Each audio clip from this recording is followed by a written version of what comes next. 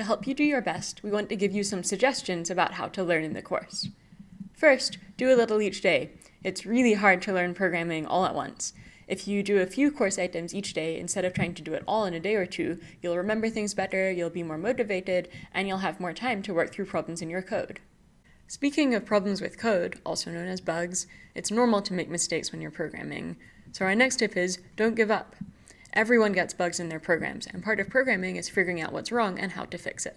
When you're programming, we really recommend following the 7-step process. This means you should plan how to solve the problem before you start writing any code. If you didn't take our first course, don't worry, there will be a chance to review the 7-step process later. The 7-step process is important because it gives you a method for solving problems. Then when you've figured out a solution, you can start writing code. Once you're ready to start writing your programs, make sure you've read the relevant documentation so you know what Java methods exist and how to use them. Refer back to the documentation as often as you need to.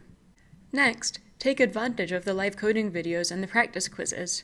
For the live coding videos, this is a great opportunity to program alongside the instructors. You can also download the code from the videos and run it yourself. Try making small changes to make sure you really understand what each part of the program does. Finally, for the practice quizzes, even though they don't contribute to your final grade, there's still a good chance for you to test your code. Use the practice quizzes to find and fix problems before you move on to the graded quizzes. Finally, if you're still having trouble with your programs, ask for help from the instructor team and your peers in the course discussion forums. Part of being a good programmer is knowing how to ask for help effectively.